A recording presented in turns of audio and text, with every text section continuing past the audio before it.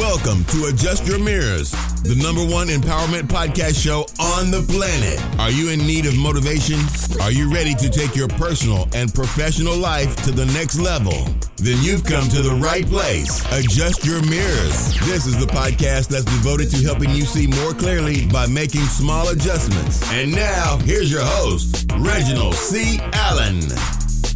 Hey. Thank you for tuning in to another episode of Adjust Your Mirrors. I am your host, Reginald C. Allen. Just thanking all of you again. Oh, yes, we're here. The Dream Team is here. Oh, yes, old song, you know. But listen, let's bring it down a couple of notches and let's get right into it. Family, you know how we do over here. No time to play. Let's dig right into it. Let's get into it today. So, it's been a long time. It's been a long time since I've recorded a podcast. And I believe the last time that I talked to you guys, I was just explaining to you that my father was sick. He was infected with the coronavirus. And, just going to be very transparent. Unfortunately, my father passed. He, had, due to the complications of the coronavirus, my father passed. But you know what?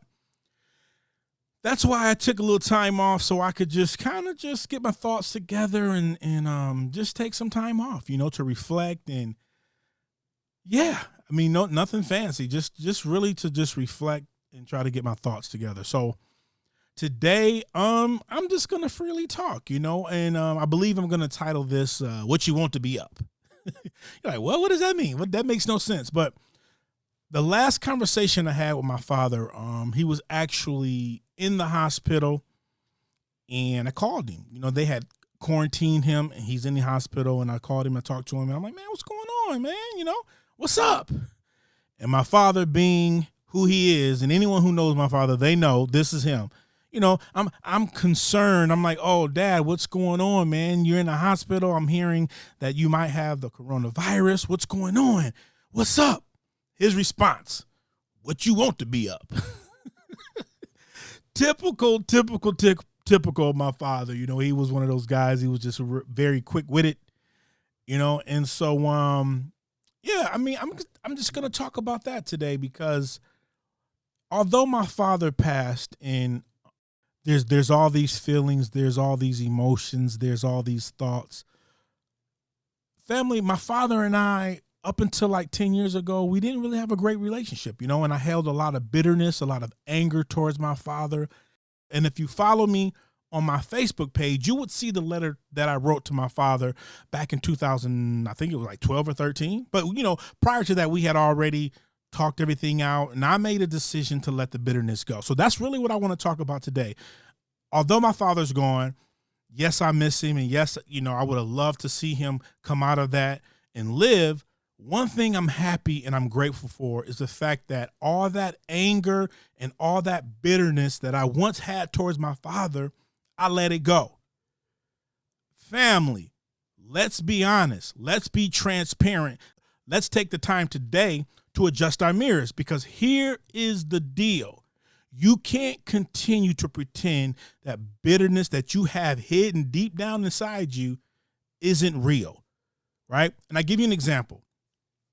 The letter that I wrote my father, and I posted it on Facebook, I just told people, I said, listen, there was a time in my life where I was going around, I was going to all these nonprofit organizations, just talking and encouraging and letting all the kids know, hey, man, I love you. I'm being motivational. I'm being inspirational. And that's a good work, right? But there came a time where I realized I could not continue to do that to these people who I really didn't know. Let's just be honest. I can go to an organization, speak, encourage, uplift, and really don't know them, and even tell them that I love them, but I really don't know them.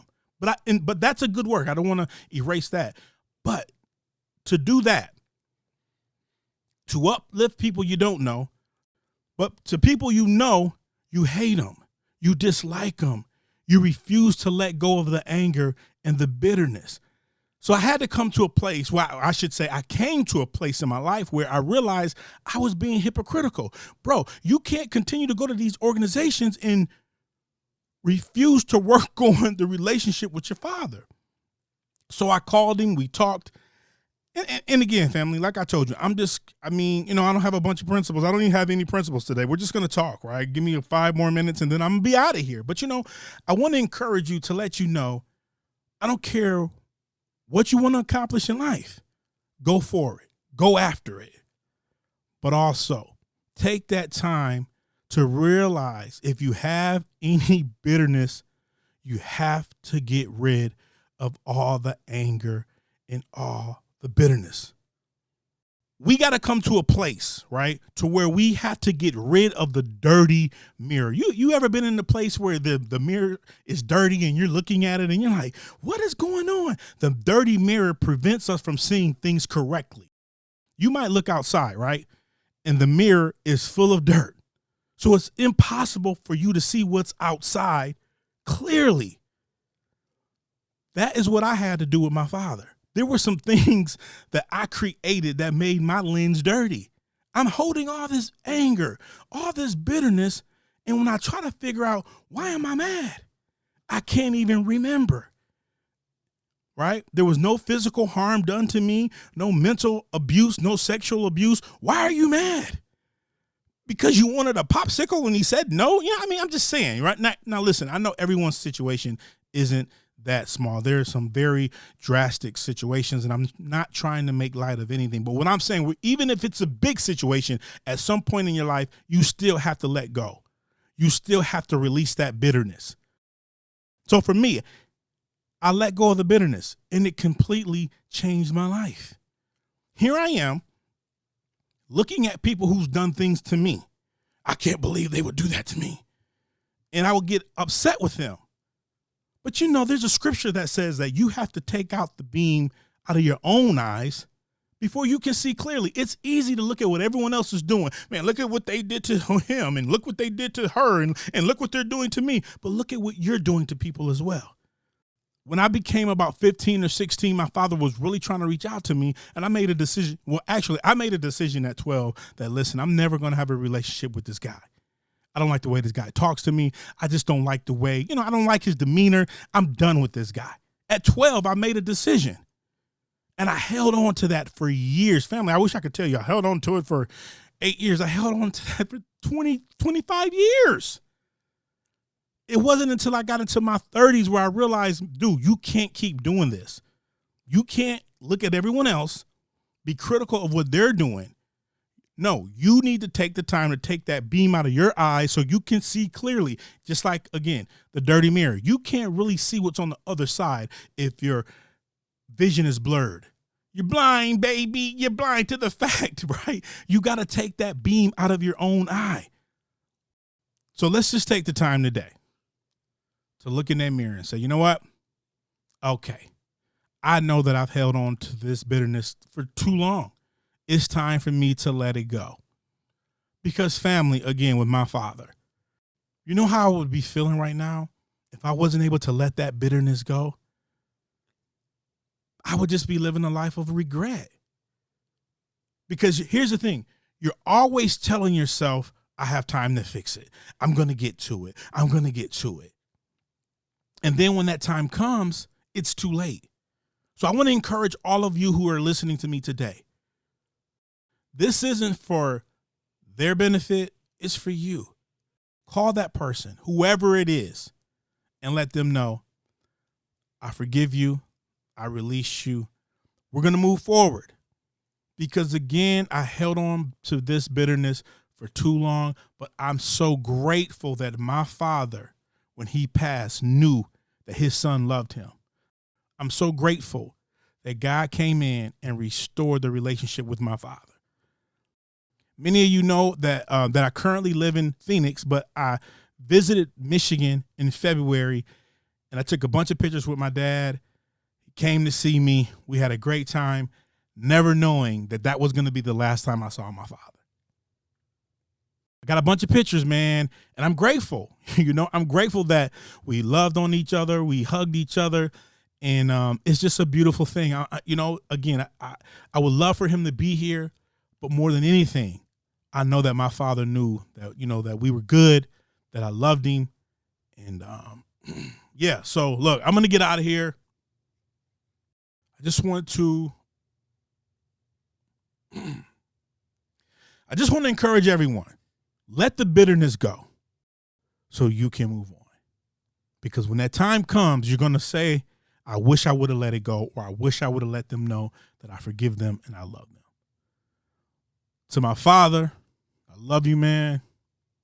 To my brothers, Montrese, Myron, Antoine, to my sisters, Cheryl, Renee, Sharice, and to the one who held it down through all this, my stepmother. You know what? And I don't even like to call her my stepmom. I have the pleasure of having another mom, a bonus mom, Denise. Let me tell you guys, man, I think I need to do an episode just about step parents and bonus, whatever the title you want to give them, bonus parent.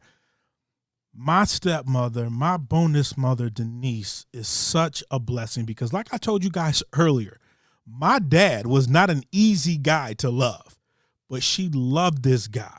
She loved him and she loved us. So Denise, I want you to know that I love you and we're going to make it. We're going to have some good days and we're going to have some bad days. But Denise, I just want to take the time to just thank you for loving me as a stepson, loving my father, because, man, I'm telling you, that guy was a trip, but you loved him. And here, oh, my gosh, I can start a whole nother podcast on just her love for him.